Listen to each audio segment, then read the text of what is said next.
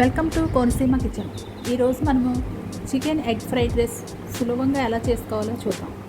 Chicken ఫ్రైకి కావాల్సిన పదార్థాలు: బోన్లెస్ చికెన్, అల్లం వెల్లుల్లి పేస్టు, ఒక ఉల్లిపాయ, 2 పచ్చిమిరపకాయలు, కరివేపాకు, ధనియాల పొడి, గరం మసాలా పొడి, కారం, ఉప్పు.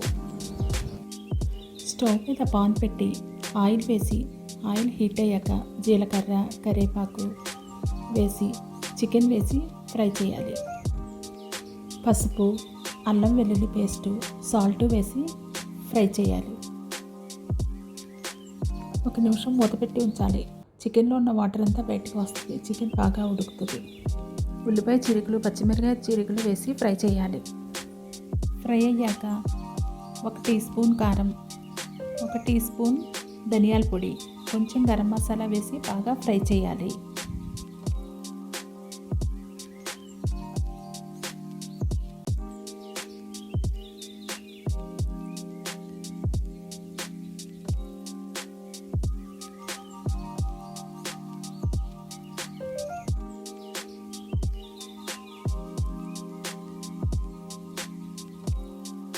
చికెన్ ఫ్రై రెడీ అయిపోయింది కాబట్టి ఇప్పుడు చికెన్ ఎగ్ ఫ్రైడ్ రైస్ ఎలా చేసుకోవాలో చూద్దాం.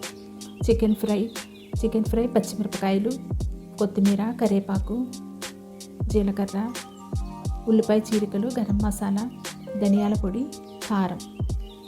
స్టవ్ మీద పాన్ పెట్టి ఆయిల్ వేసుకోవాలి. ఆయిల్లో జీలకర్ర, పచ్చిమిర్చి చీలికలు, ఉల్లిపాయ చీలికలు వేసుకుని ఫ్రై చేసుకోవాలి. కరివేపాకు వేసుకోవాలి.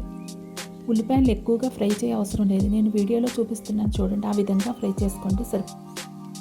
ఉల్లిపాయలు, పచ్చిమిరపకాయలు ఫ్రై అయ్యాక వీడియోలో చూపిస్తున్న విధంగా ఒక సైడ్కి పెట్టుకుని 3 ఎగ్స్ని వేసి అందులో మిరియాల పొడి, కొంచెం సాల్ట్ వేసి బాగా ఫ్రై చేయాలి.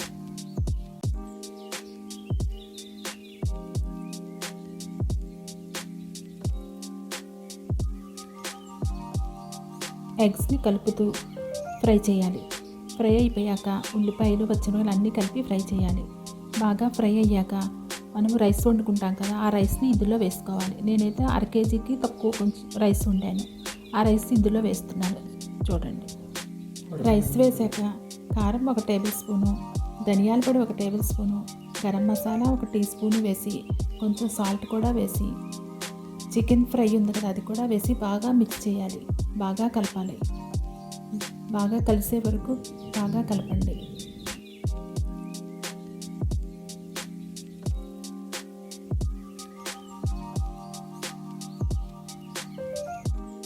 ఉప్పు సరిపోయింది లేదా ఒకసారి టేస్ట్ చేయండి. సరిపోకపోతే కొంచెం సాల్ట్ వేసుకోండి. చివరిగా కొత్తిమీర వేసుకోవాలి.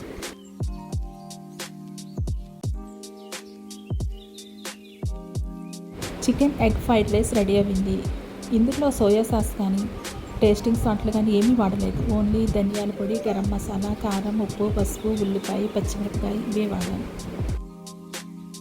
గార్నిష్ చేసుకుందాము.